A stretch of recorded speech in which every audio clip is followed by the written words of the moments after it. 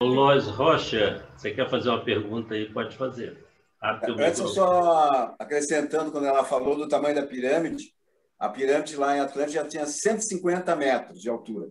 E a de Gizé tem 138,8 hoje, a pirâmide. A pergunta minha é sobre como que os atlantes faziam contato com Jesus lá na pirâmide. Como é que era? Dentro da pirâmide existia, para a gente entender, sem usar muito a mente abstrata, existia tipo um espelho. Era um cristal, na verdade, enorme, em forma de espelho. Por quê? Porque ali se refletia a imagem da entidade que eles precisavam se conectar. Então, inclusive, esse espelho foi quebrado pelo Andrei, que é o Roger. Ele foi quebrado no momento que a Atlântida estava submergindo. Então, ali já não teve nenhum contato mais. Quando o Roger quebrou esse cristal, Saint Germain entrou, ele chamava Kundô, lá na Atlântida, entrou por trás dele e falou: eu sabia que isso um dia iria acontecer, mas não se preocupe, porque nós não mais conectaremos com entidades superiores através desse cristal. Era um cristal. Tá bom. Depois, se der tempo, eu pergunto outras coisas. José Eduardo, faz a pergunta. Abre o teu microfone. Você quer fazer uma pergunta para a Risa? Pode fazer. Risa, boa tarde. Boa tarde. Na realidade, é uma pergunta, mas são duas.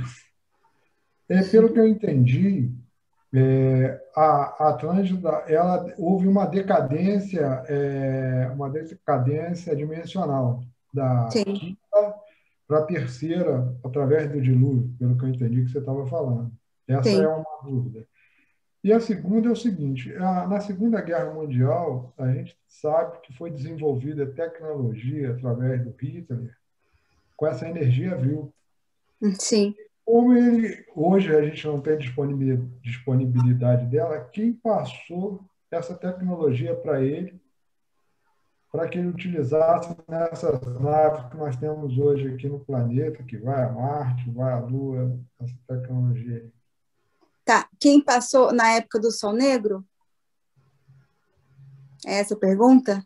Sim, na Segunda Guerra Mundial. Segunda Guerra Mundial. Quem passou... Ele conseguiu. Tá. Muitos dos magos negros que trabalhavam e estavam em processo de decadência em Atlântida, no momento da submersão, que todos desencarnaram, teve uma reencarnação sistemática aqui no planeta de todas essas entidades. E muitos deles reencarnaram, muitos deles ficaram no astral inferior, né? Que é o umbral. Ele se formou basicamente pelos draconianos, que já estavam lá, e pelos magos negros também, né? Então, aqueles que estavam aqui reencarnados, que é o que eu citei aqui, que é o Hitler trabalhava na segunda divisão da guerra lá em Atlântida. Então, ele era intuído em momentos de sono, desdobramento, a trazer informações para cá. Inclusive, eu tenho até um depoimento do Himmler, não dele, né? Que o Himmler também era de Atlântida, também um mago negro reencarnado aqui, em parceria com Hitler. Ele fazia experiências, olha a loucura do cara, ele fazia experiências com gêmeos para postergar, para perpetuar a raça ariana, que era a raça pura que ele queria, né? Essa raça pura, ele trouxe no registro acástico dele lá de Atlântida, porque lá em Atlântida ele queria destruir a raça vermelha, porque ele queria uma raça só. Então, veio para cá. Então, o Sol Negro, ele foi 100% intuído. Muito, em desdobramento, todos esses cientistas iam para o astral inferior para estudar, e hoje, inclusive hoje, a tecnologia deles são mais avançadas que a nossa. Lá no astral inferior, os magos negros são extremamente inteligentes, extremamente dedicados, extremamente camaleônicos, extremamente gentis. Por quê? Para conseguir o que eles querem, para colocar tentáculos onde eles querem. Então, respondendo a sua pergunta, o Sol Negro, ele veio para cá trazido por 100% intuição do astral inferior para Hitler e todo o grupo dele de trabalho para ter uma raça só, uma raça pura. Ok, obrigado. Imagina. Alguém gostaria de fazer mais alguma pergunta aí? Nós temos uma turma que gosta muito de prestar atenção, gosta de perguntar. Mas eu fico pensando, Saldanha, você tem alguma pergunta para fazer para a Risa? Não, hoje estou só absorvendo o conhecimento. Loché, você pode fazer a sua pergunta aí. Não, eu adoro esses assuntos aí, eu já fiz uma live junto com ela sobre esse assunto, ele é muito abrangente, é muita coisa para a gente aprender. Eu só queria que ela confirmasse umas coisas comigo ali, que quando teve antes do cataclisma, os mestres receberam a informação que ia acontecer, que veio um meteoro e caiu perto e inundou. E aí ela me corrige se eu estiver errado, tá, Rízia? Aí os mestres separaram todos aqueles garotos que estudavam nas ilhas até os 16 anos, escolheram os melhores e lá nas montanhas ensinou o que eles têm que fazer quando chegar a hora de ir embora, né? Que foram as 144 arcas, né? E quando teve o cataclisma, as arcas já tinham partido, mas elas estavam no mar ali pelo Oceano Atlântico. E quando deu o cataclisma baixou a Atlântida, deu um maremoto enorme.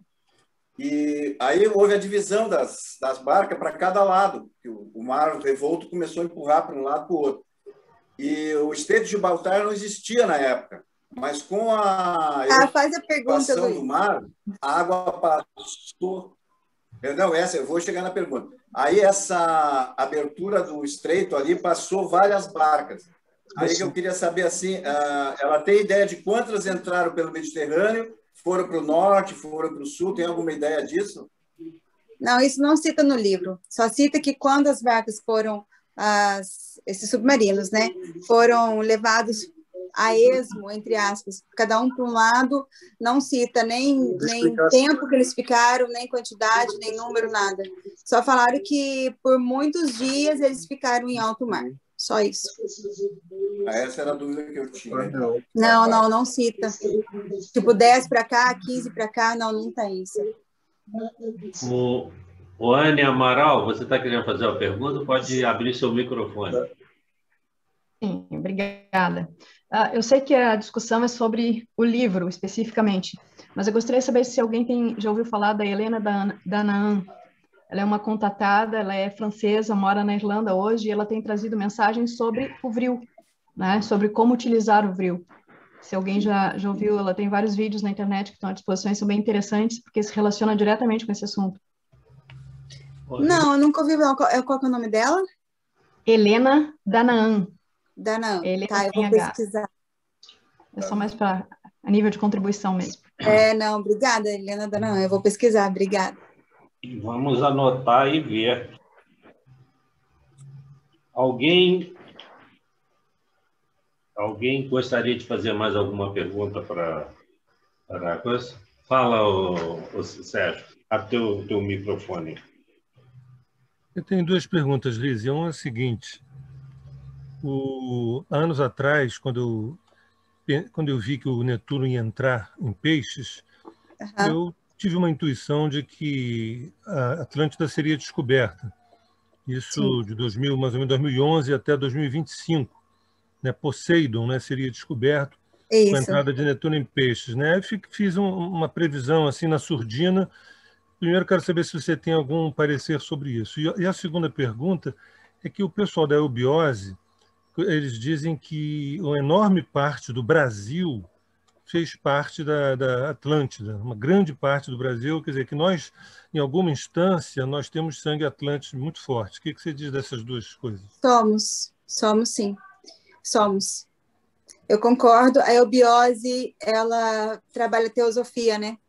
Helena Blavatsky está muito presente na teosofia. E eu concordo, sim. Inclusive, nos livros dela, isso não fala diretamente, mas você sente, assim, que existe essa informação, que é presente essa informação, e, como eu disse, não só pelos índios que vieram para cá, porque quando os portugueses foram para o Brasil, os índios já estavam ali, eles são, sim, os descendentes diretos de Atlântida, como todos os que fugiram, não sei a razão que eles fugiram para a floresta atlântica, a floresta amazônica, e eles perpetuaram também a espécie. Então, o Roger fala isso com muita segurança, que sim, o brasileiro ele tem uma responsabilidade enorme.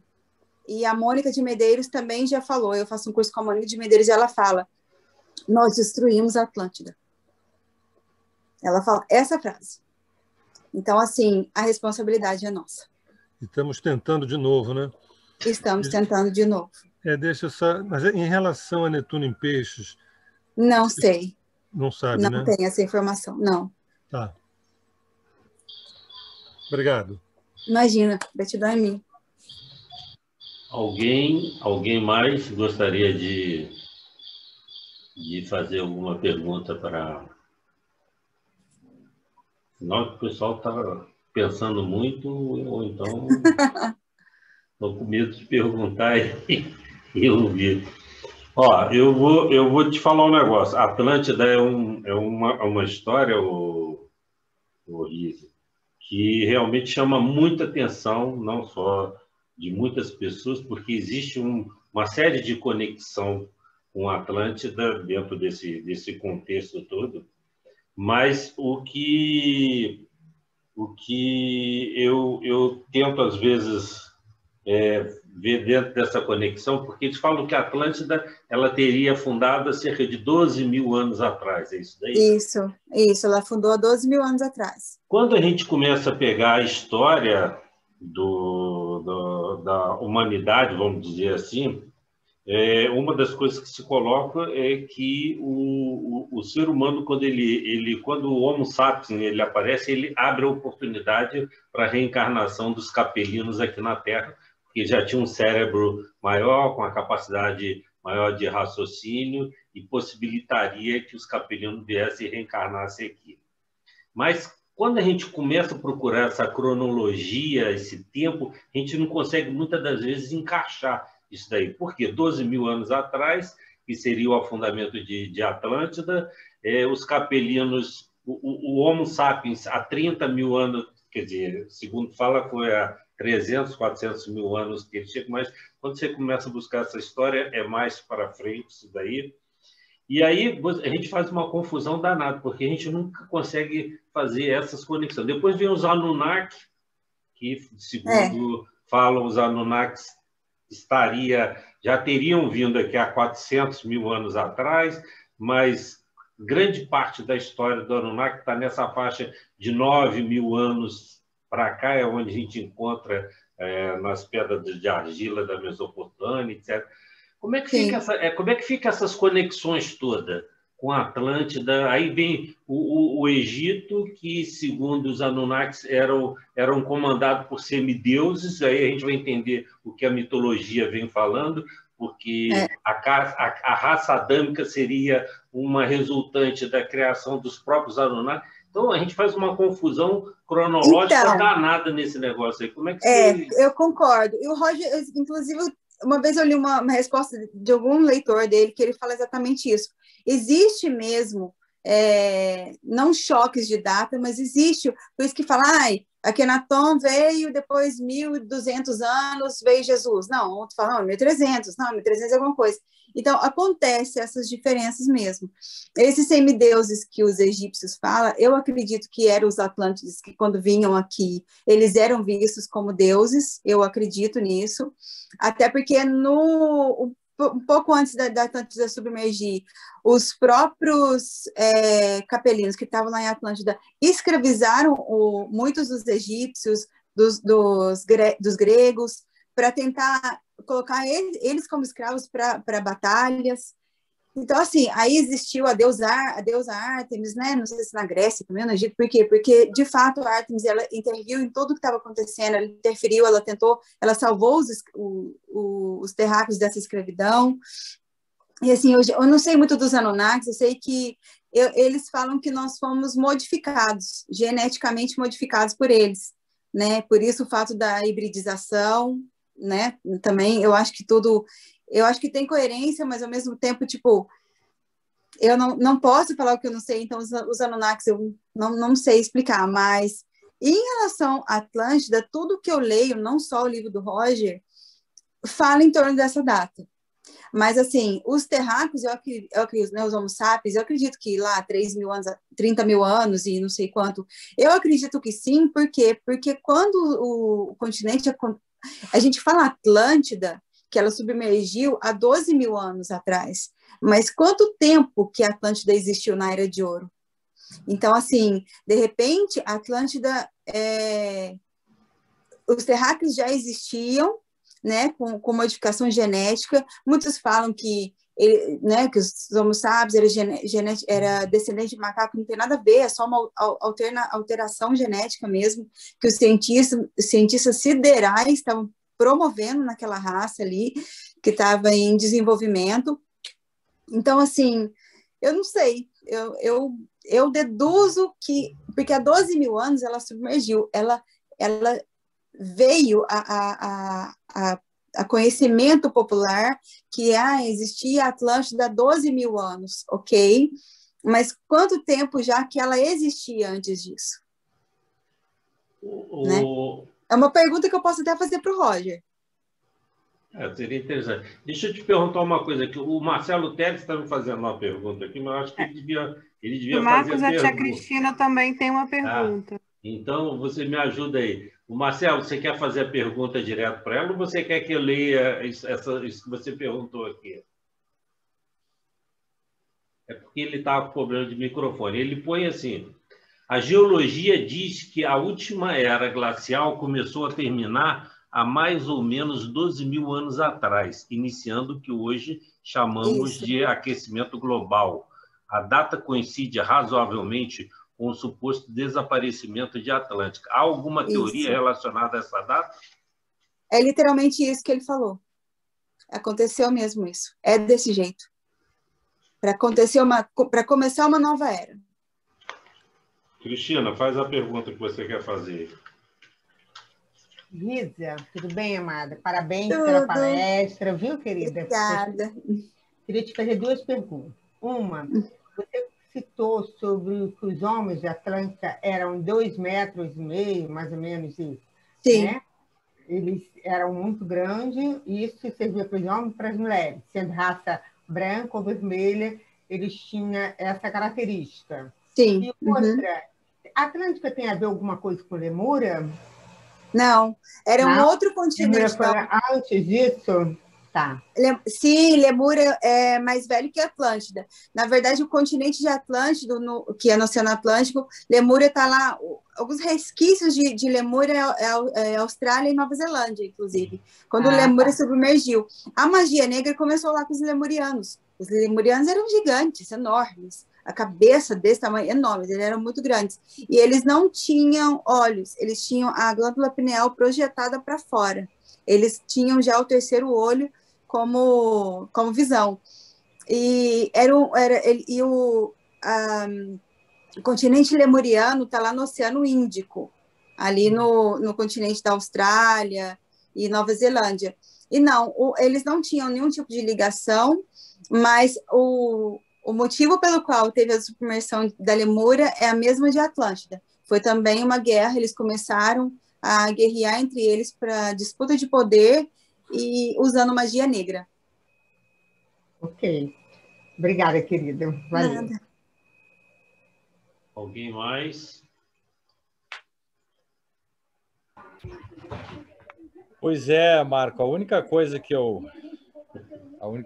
dizer, dentro de todo esse conhecimento que nos foi passado, é que eu tiro assim como lição a história se repete. Lemúria, concordo 100%. Atlântida, e assim vai, quer dizer, é um ciclo eternamente complicado e ninguém aprende nada com isso, né? Ou exato, aprende, não sei, aí é outro departamento, ou aprende do ponto de vista espiritual, mas no meu entendimento ninguém aprende nada com isso, né? Eu acho assim, aprende. Eu acho que cada um está no seu tempo, cada um tem o seu ritmo. A gente está melhor. Eu sei que a gente ainda está arrastando, eu sei que nós somos ainda muito imaturos, rebeldes, com sentimentos também ainda mesquinhos dessa época, né, da época de Capela, mas assim, eu quero acreditar que a gente vai ter um mundo melhor, sim. E assim, as informações que eu tenho de reuniões mediúnicas é que está num processo que assim vai acontecer, vai melhorar, e principalmente pelo processo do exílio que já está acontecendo, né, que vai acontecer até mais ou menos 2075. Eu acredito que, sim, eu concordo que a história se repete, e o ceifador veio exatamente para evitar uma segunda Atlântida. Isso já nos foi dito várias vezes, né? O primeiro ceifador, que é o Covid, ele veio para evitar uma catástrofe geológica mesmo, uma guerra populacional, porque Chico Xavier já falou isso, né? Sobre os 50 anos, se acontecesse mesmo essa guerra, o nosso país, principalmente o Brasil, ele teria uma guerra populacional, porque seríamos invadidos e tudo mais. Então, assim, a gente ainda tem chance. E eu quero acreditar nisso. Eu quero acreditar que a luz vai vencer. E a gente não vai ter uma segunda Atlântida. Ou quem aprendeu evoluiu e nós voltamos novamente para se reciclar e entender que temos que aprender, né? Aí nós vamos para um próximo planeta. Porque é isso que já está acontecendo, né? Falar que tem um planeta chamado Quiron aí que anda recolhendo a turma. Não sei se alguns, viu? Mas, assim, eu acredito. Inclusive, quem tem a marca do exílio já, que está acontecendo há alguns anos, são 3 triângulos, que é a famosa marca 666, sabe? Todo mundo fala. São 3 triângulos, 2 virados para baixo, 2 para cima e 1 para baixo, que vai estar aqui no pulso ou na testa. Alguns médiuns conseguem ver. O Rocha, ele fala ali ele coloca do Nibiru. Nibiru, ele deixa a gente muita gente com as antenas tudo ligadas. Há pouco tempo atrás eu estava conversando com Danilo Noronha, que já fez palestra para a gente aqui, e eu questionava justamente essa coisa do Nibiru. Porque, ou seja, o pessoal esconde a própria NASA, enfim, todo mundo esconde isso de tudo quanto é jeito. E a gente nunca sabe qual é a realidade. Aí o Danilo falava assim para mim, olha, na hora que você olhar para o lado de fora, tá? Você vê um negócio maior do que a Lua no céu, começar vulcão explodir para tudo quanto é lado, placa terremoto para tudo, você começa a botar o sebo nas canelas para correr, porque o negócio... porque na história, quando a gente pega essa história de Atlântis, essa coisa toda, fala que existe um ciclo de 3.600 anos do Nibiru e que cada 3.600 anos ele passa por aqui e a turma vem fazer uma visita no que eles deixaram aqui, que são os Anunnaki, né? Vem ver como é que ficou a coisa aqui. Então, eles vieram o Rodrigo Roma, numa das palestras dele, ele fala que 2026 vai ser um ano-chave, porque algumas coisas vão ser desmistificadas em 2026. Exato. Já está sendo, né, tio Marcos? E, tipo assim, 2025, nós estamos no meio do furacão, no meio né, do quem fica e quem vai, e eu fiquei sabendo mesmo que é o ano-chave 2025. Então, assim, 2025, 2026, existe uma data, não existe 22/2, não é isso, mas existe aquele processo, aquele limite, então pode ser 2025, 2026, e depois vai vir uma calmaria, né?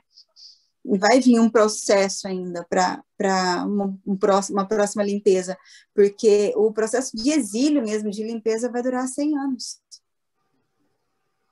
A gente pode até aproveitar esse momento que a gente entra daí, e nós temos, por exemplo, o Sérgio Seixas com a Lígia aí, que essa parte da astrologia que eles conhecem bem aí, Tem alguma ligação, ô Sérgio, com todo esse mecanismo Atlântida e por aí vai essa parte da astrologia aí? Quer falar? Não, pode falar. Olha, tem sim a ligação. A pergunta que eu fiz sobre o Netuno em Peixes, que entrou em 2011 e sai em 2025, 14 anos, fala que, do ponto de vista psíquico, né, da psique coletiva, esses assuntos estão sendo remexidos, tanto no indivíduo quanto na massa, quanto no coletivo. E duas coisas. Uma é um aspecto caótico, epidemia, pandemia, isso tudo são forças netunianas, são forças que regem o pulmão e regem as doenças contagiosas, né? Mas isso é um dado só, né? O outro dado é o afundamento de todo um plano moral, um plano ético para o surgimento de um outro novo aí. A gente está vivendo um período extremamente caótico, que não é necessariamente negativo. Negativo é a gente não saber lidar com, entendeu? Negativo a gente não sabia, não tem nada de negativo acontecendo. O que está acontecendo é o que tinha que acontecer, estava na partitura dos mandatos do céu. A questão é quando a gente não está entendendo nada, tudo é negativo, entendeu? Então é uma questão de competência, de autogestão também. Como é que a gente faz essa transição? Porque é uma transição difícil, mas assim como a Rízia falou, os tempos, não no curto prazo, mas no médio e longo prazo, são muito auspiciosos, principalmente depois agora do dia 21 de dezembro de 2020, que a gente ingressou num novo ciclo de Júpiter conjunção Saturno em Aquário, que leva nos próximos 20 anos e nos próximos 200 anos toda uma nova perspectiva aérea. A gente está saindo de 200 anos de Terra, que foi o apogeu do capitalismo da matéria, para entrar agora em mais 200 anos do Júpiter conjunção Saturno transitando a cada 20 anos num signo de ar, promovendo um aspecto ligado à consciência, né? Consciência, informação, tecnologia. São 4 fatores: a consciência, informação, tecnologia e conhecimento, né? Muito mais do que posse, ter, reter, é o que a gente saiu, né? Claro que isso tudo é um fade-out, né? A gente pode dizer o verbo no gerúndio, nós estamos saindo, mas do ponto de vista demarcatório, a gente saiu no dia 21 de dezembro, quando começou um novo ciclo de Júpiter-Saturno nos próximos 200 anos em signo de ar, né? Deixa eu falar só uma coisinha, o Riz e todo mundo. Então, eu acho que nós aqui, que estamos, né, nessa época encarnados, a gente está com uma missão de ser semeador da era de Aquário, para quando ela chegar efetivamente mais lá na frente.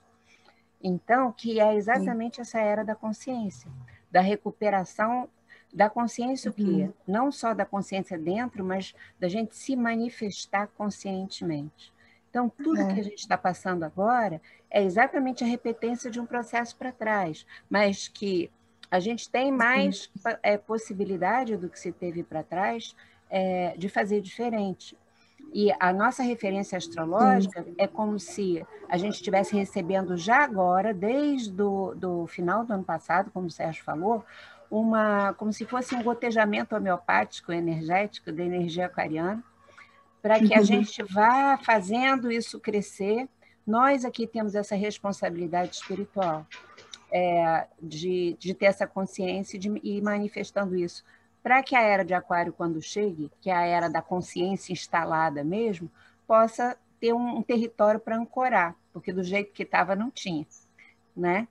Então, eu acho isso. Eu só queria falar mais uma coisinha para acrescentar a respeito de Atlântida e dessa relação, eu acho que com os Anunnakis. Tem uma coisa muito interessante que nas tábuas de argila dos Anunnakis, o dilúvio que aconteceu na história Anunnaki registrada arqueologicamente coincide com a data de 12.500 anos atrás também. Então, essa história toda se repete de diversas maneiras. E mais ainda, um ser Anunnaki, que foi Enki, ele tinha uma relação muito forte com a água, e mitologicamente ele é muito relacionado com Poseidon, com Netuno, e acaba sendo relacionado com a Atlântida também. Então, no final, tudo se costura, tudo tem uma conexão. Sim, está tudo emaranhado. Isso. Eu concordo. E obrigada. Gente, eu queria só mostrar para vocês, imagina, Deus da minha. Só para vocês, tem o livro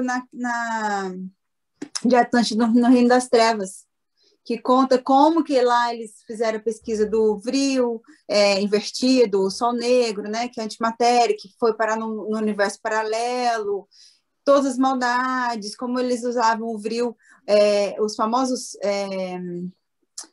de filme, como que é, vampiros, eles dormiam, os magos eles dormiam em caixões mesmo, de vampirizar, para vampirizar os outros, mas eles dormiam em caixões com o vril, para rejuvenescimento, assim, esse livro também, ele é muito pesado.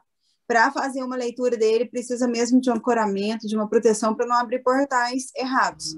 Mas ele é muito fantástico. Gente, alguma pergunta a mais? A turma aí do Consciência Cósmica, Thaisa, Fernanda. O pessoal hoje está meio só pensativo e prestando atenção. Depois vocês vão ficar sonhando com a Atlântida aí, vai ser um caso sério. Se alguém sonhar com água, queda de água, assim, normalmente é porque teve desencarne no momento da submersão. Eu não sei se vocês já viram, eu já comentei, o pessoal do Consciência Cósmica até sabe disso daí. Eu já comentei de um livro, de uma tradução feita por um professor italiano, Mauro Biglino, que ele faz uma tradução da Bíblia, mas ele traduz a Bíblia do hebraico direto, não é essa Bíblia que a gente tem aí, porque essa tá toda os alterada. sacerdotes traduziram e colocaram lá o que a igreja queria colocar. É uma Bíblia traduzida do hebraico mesmo direto, e inclusive do aramaico, que era uma língua falada por Jesus. E aí eles trazem algumas informações onde deixa a gente preocupado da seguinte forma, né? Porque ele escancara que a Bíblia ela é um livro de guerra. Né? Aquilo ali era um livro que eles iam colocando todas aquelas informações, né, do que ia sendo feito. Aí eu fico me questionando com relação a essa questão de Atlântida. Ou seja, existia todo um processo de evolução muito grande ali dentro do contexto Atlântida, e quando a Atlântida desaparece, tudo isso acaba se esparramando para todo quanto é lado. Você pega, por exemplo, a história, não sei se é Platão ou Sócrates, que ia lá no Egito consultar o sacerdote, e era através do sacerdote que ele conhecia as histórias de Atlântida, né? As informações. Isso aí é falando disso. E aí a gente fica pensando o seguinte, né? Eram tão evoluídos e parece que aquilo veio como uma oportunidade de a gente fazer diferente, e parece que não aconteceu. Porque quando você pega a tradução da Bíblia, você vê que os caras fizeram pior ainda do que fizeram, de repente, lá em Atlântida. Quer dizer, os Anunnaki, eles explodiram, usaram bomba atômica, fizeram coisa que as pessoas não imaginam. Enquanto o Mauro Biglino traduz a Bíblia, ele traz essas informações. Ele fala assim, não sou eu que estou falando, não, está aqui, está escrito aqui. Aqui a tradução está falando isso e aquilo. Mas quem escreveu, né? Eu fico com esse ponto de interrogação, né, dessas conexões que a gente teve de Atlântida com os egípcios, essa espalhada que você falou que deu aí, ou seja, a gente pega outro continente da América do Sul e etc. E aí, aonde que a gente chega nesse negócio todo? A gente vai ter que esperar 100 anos aí para poder arrumar a casa? Não, eu acho que a gente vai arrumar a casa, tio Marcos, sinceramente, agora, começando por nós mesmos. O momento é agora. Então, assim, se daqui 100 anos a casa estiver arrumada, é porque nós começamos agora. A gente não tem... Eu gosto de me informar, eu gosto de ler mesmo, mas eu procuro muito a introspecção.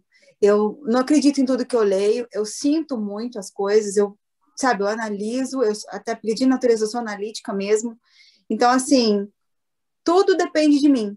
Tudo depende de cada um de nós para tudo dar certo.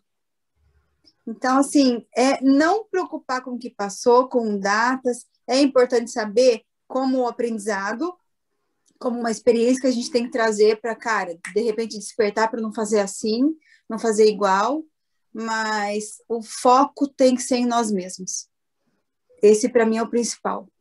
Porque eu só vou ser melhor que eu mesma se eu mesma ter o trabalho disso. Se eu mesmo deixar o ego de lado, o medo de lado, ter humildade e falar, então tá na hora de ser melhor. E para ser melhor, para despertar, dói. Você não quer sair da zona de conforto, você não quer perdoar aquele cara que te machucou, aquela pessoa que fez isso, você não quer, porque o ego não quer. Então, daqui 100 anos vai estar tudo certo se a gente, de fato, deixar isso de lado. Porque o que destruiu a Atlântida, o que destruiu Lemúria, foi o poder. E o poder, ele é muito primo do ego, ele é muito próximo do ego. Com certeza. E aí nós temos aquela questão, né, Marco? Quer dizer, quem aprendeu foi embora e nós voltamos para aprender. Então, não dá para a gente dizer que nós, né, que nós aqui, né, nessa terceira dimensão, vamos mudar alguma coisa, porque vai chegar outros futuramente, né, em estágios menos evolutivos e vão continuar o mesmo ciclo, se é que aqui é um planeta de aprendizado, até que daqui a 100 anos, 200 anos, a coisa mude. A escola é aqui. E ela começa em cada um de nós. Exato. É isso daí. Gente, alguém gostaria de fazer mais alguma pergunta? A gente vai estar chegando já no... deixa eu ver aqui. O Alexandre fez uma pergunta. Vai lá. Pode fazer. Abre teu microfone aí e fala. Abre teu microfone, Alexandre. Oi, boa tarde. Boa tarde. Cadê? Boa tarde, está escutando? Sim. Oi, está me escutando? Sim, pode falar. Estou escutando. Vocês estavam falando da questão da evolução. E tu não achas também que até na questão de Atlântida, como acho que foi o Sérgio, aí falou tudo vem se repetindo. Tu não achas que desde a Atlântida até aqui, a evolução também, se ela não vem sendo aliada por ações de seres negativos, como você já falou, em outras oportunidades da questão dos Anunnakis, todos seres que não só essa evolução, como de certa forma contrário, né?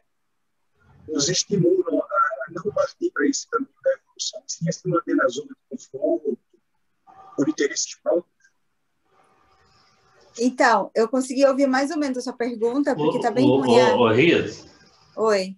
Só, ele tinha escrito aqui antes, vamos lá só para... Porque realmente ficou só para confirmar.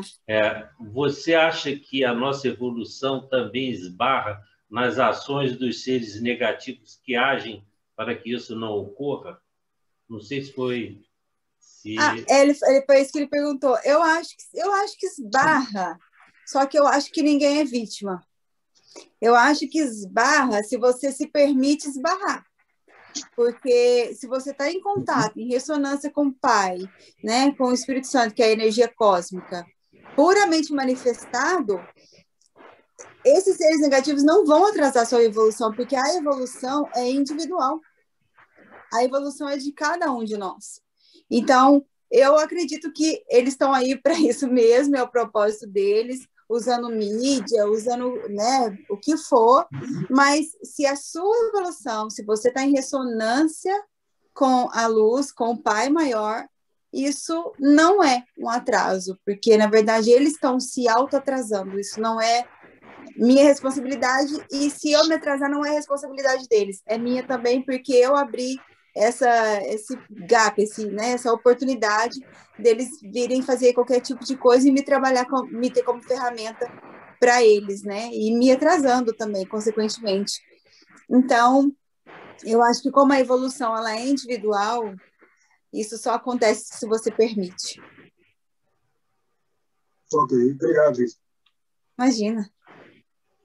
Gente, eu acho que que o pessoal vai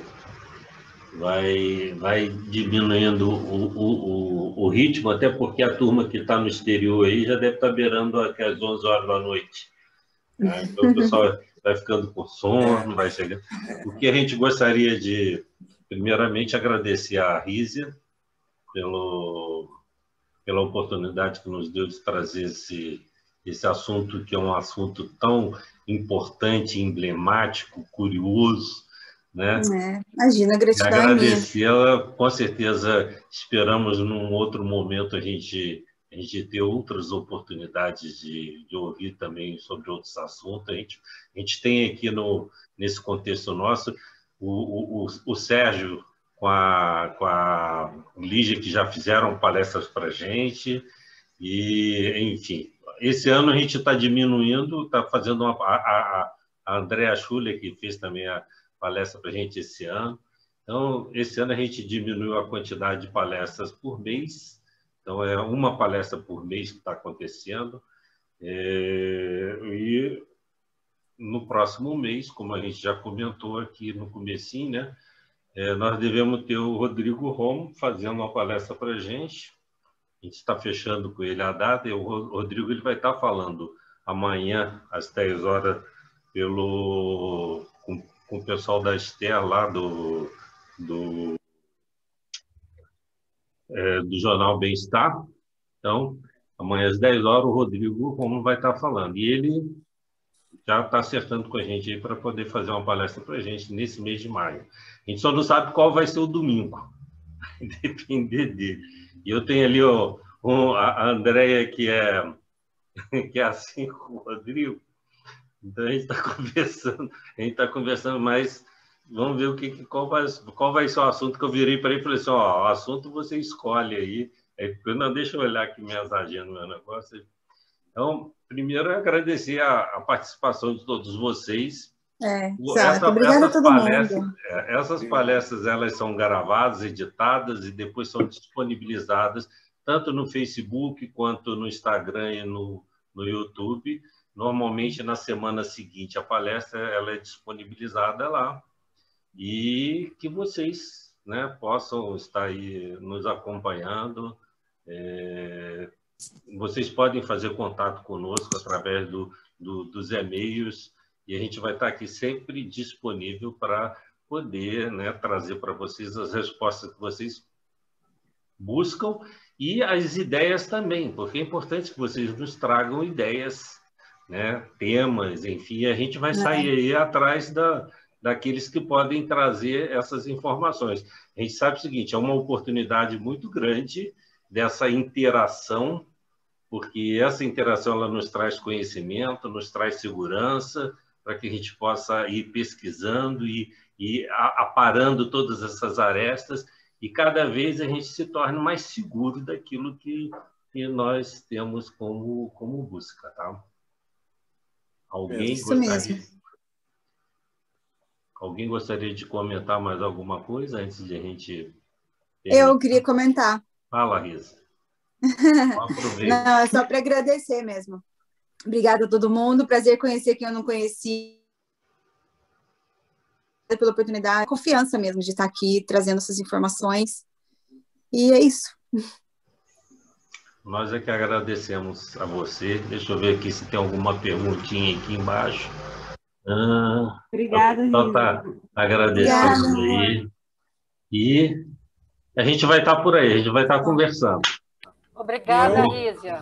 E eu me despeço com uma palavra que todos entendem aqui. Foi ótimo. Obrigada. Me despeço com uma palavra que todos entendem. Gratidão. Aqui. Gratidão. Ai, obrigada. Isso é importante falar gratidão, perfeito. Gratidão, obrigada. Gratidão mesmo. Maravilhoso, obrigada. Foi ótimo, foi muito bom. Até a próxima. Muito bom mesmo. Seja bem próxima. Excelente. Foi muito boa, excelente, tá? E vamos conversando. Tá bom. Sempre crescimento para a gente, né? Com certeza. Ô, Fernandinha, daqui a pouco a gente se fala. Tá, estou esperando vocês. Beijo para todos vocês. Beijo. beijo. Tchau, Rízia. Boa semana para todos. Obrigada. Tchau. Muita luz. Obrigado, igualmente. Tchau.